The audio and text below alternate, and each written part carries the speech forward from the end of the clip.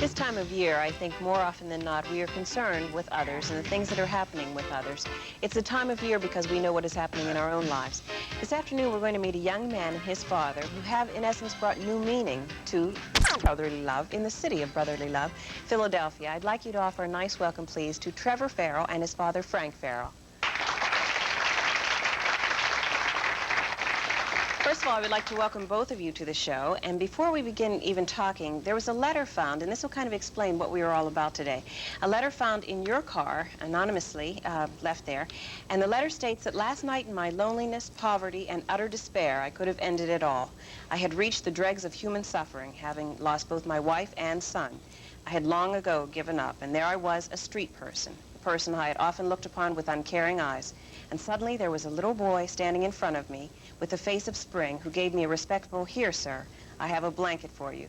And he gave me more than that blanket. He gave me new hope.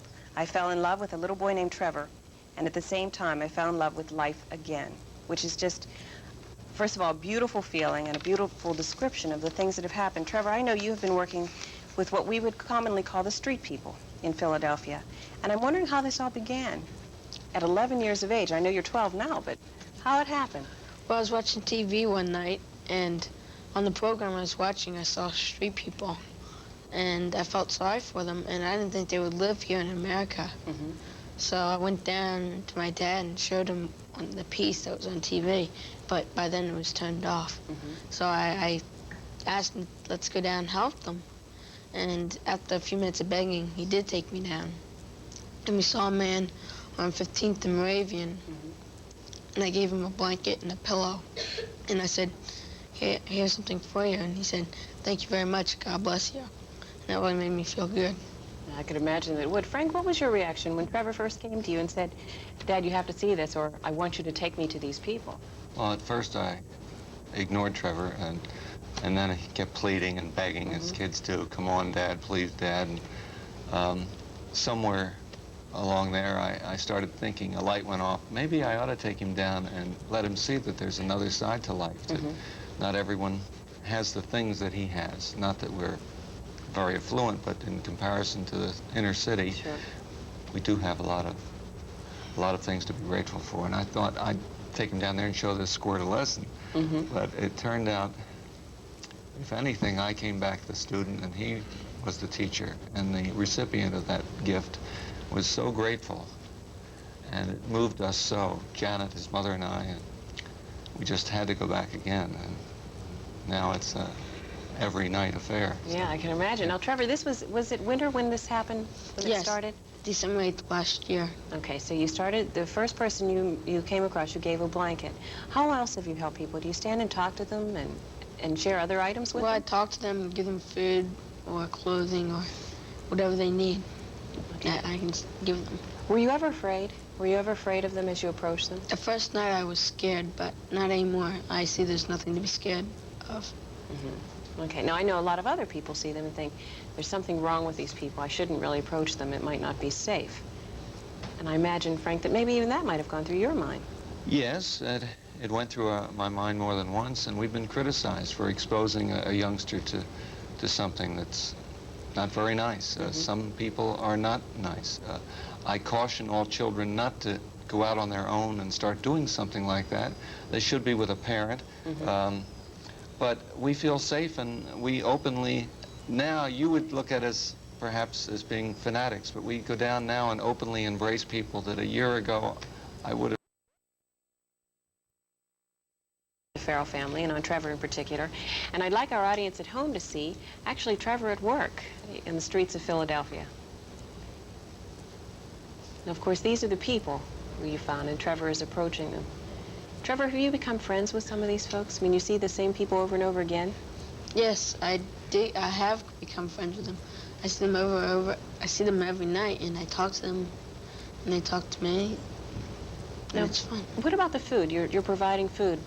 Is this something your mom prepared initially, and you started that with your In mom? the beginning, yes, but now there's a lot of people that help, and they do it for us. Yeah, there are over 80 families that volunteer and cook for us. There are over 300 volunteers, and it has spread all around the country and around the world. We had a a man from New Delhi, India, come by to do a story on Trevor. Le Figaro magazine in France did a story.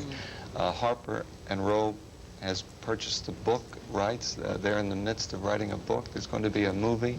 And right away, someone will say, oh, that's the reason this guy's so enthused about what he's doing. But it has nothing to do with that. That really, the rewards of having a movie and a book are a lot less than people think. They think in the millions of dollars, and it's so much less than that. It's not that way at all. Yeah, not at all. Trevor, how do your friends react? Now, I'm sure your friends, you've become somewhat of a celebrity in the Philadelphia area, and I'm sure, again, that was not the reason you did it. But how do your friends react? My friends on the street, they come in and they help.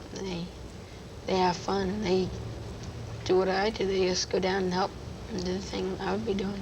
Okay, now you have had many other things happen. You mentioned that at first you were giving away blankets from your home, old clothing from your family. How did it expand? How did you move on to getting so many other volunteers and other people involved? Well, I made up a little flyer, and it just said we would like to have some blankets. And one of the newspapers saw it, and then the newspaper did an article, and then the news did it, and then it just kept on going. And expanded and expanded and expanded to 300 volunteers. That's quite a bit. I know, it's so amazing that such a simple act has received so much attention. It's neat that something positive. We're always talking about the press and the media concentrating on negative things, and all along they've been more and more interested in something that's nice. You know, one of the things about that, Frank, is probably the fact that so few things like that happen outside of regularly established missions. And even I know Salvation Army and Red Cross and different organizations that have been established for a great many years doing this kind of thing. And for those organizations, in our minds, it's very old hat, unfortunately. Yeah. That they do that. But for a youngster to start that and then involve his family, so it really is impressive. It really makes a difference. He's not special. I mean, if you talk to him for an hour or so, you'll see that he's just an average guy. And all the kids that get involved they have that special quality that sees beyond what's on the surface. And they don't judge the people we see every night. They don't care if somebody has an odor. And a child will pick up a turtle and kiss it or something. So it's really neat to see other kids bringing their parents in on the van and getting them involved, and it becomes a family affair, and everybody feels good. They're helping others, and someone said the other night that we're encouraging people on the streets. I don't think that's... To stay on the streets. Yeah, and it might be a fair criticism, but we feel we're administering first aid. If someone is in need and suffering, it's just a natural thing to go out and help them. To make sure, to offer that help. Trevor, what do you hope to do? What do you hope to accomplish as you grow older? To get 4 catering trucks as soon as possible, and to get the house downtown, the house for the street people, in shape to hold 100 people. Okay, now we have to talk about that, how the house came about, and the van as well. And we're going to take a commercial break, and we will return with Frank and Trevor Ferrell in a moment on Pittsburgh Today.